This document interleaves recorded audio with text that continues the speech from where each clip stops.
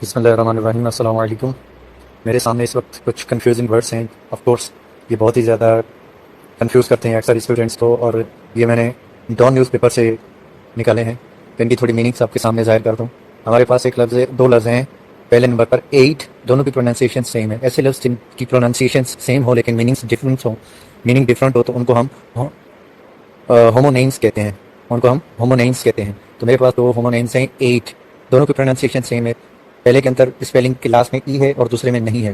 पहला जो है उसके अंदर 8, उसकी मीनिंग है नायब, असिस्टेंट। किसी भी ऑफिसर का जो नायब होता है उसको असिस्टेंट भी कहते हैं और 8 भी कहते हैं। और दूसरा लफ्ज़ है 8 जो अक्सर आप सुनते भी रहते हैं, जिसका मतलब रिलीफ या इमदाद है। उसके साथ दूसरा लफ्ज़ है लाइटनिंग। अब पहला जो लाइटनिंग है उसके अंदर ई मौजूद है और दूसरी लाइटनिंग की स्पेलिंग के अंदर ई मौजूद नहीं है। ये भी होमोनेम्स हैं। पहले जो लाइटनिंग है उसका मतलब है रोशनी, और दूसरा जो लाइटनिंग है इसके लिए ये आसमानी जो बिजली होती है उसके लिए इस्तेमाल होता है। आसमानी बिजली की कड़क या चमक जो होती है उसको लाइटनिंग बोलते हैं, उसकी स्पेलिंग के अंदर ई मौजूद नहीं है। तीसरा हमारे पास वर्ड है एक्सेस। दोनों की प्रोनाउंसिएशन सेम है लेकिन स्पेलिंग्स डिफरेंट है। ये भी होमोनेम्स हैं। तो पहले जो एक्सेस है उसका मतलब है ज्यादती, किसी चीज़ की का ज्यादा होना। और दूसरा जो लफ्ज़ है ACCESS, तो ये एक्सेस लफ्ज़ है। इस एक्सेस का मतलब है रीच, पहुंच। और चौथे नंबर पर हमारे पास लफ्ज़ है लूज। दोनों की प्रोनाउंसिएशन सेम है और इनको भी हम होमोनेम्स कह सकते हैं लेकिन स्पेलिंग्स डिफरेंट है।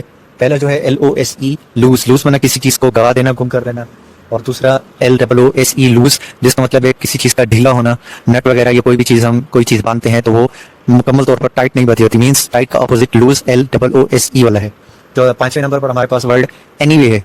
अब इस एनीवे के अंदर अगर एनी और वे को अलग अलग लिखेंगे, एनी जो है वो डिटर्मिनर है और वे जो है वो नाउन है। वे का मतलब रास्ता भी होता है। तो एनी वे अगर इसको आप अलग तरीके से लिखते हैं तो इसका मतलब होगा किसी भी तरीके से, किसी भी तरह, बाय एनी वे। और दूसरा एनी वे जो जिसके अंदर हमने मिला के लफ्ज़ को लिखा है वो एडवर्ब है, जिसका मतलब है बहरहाल, बहर सूरत। ठीक है।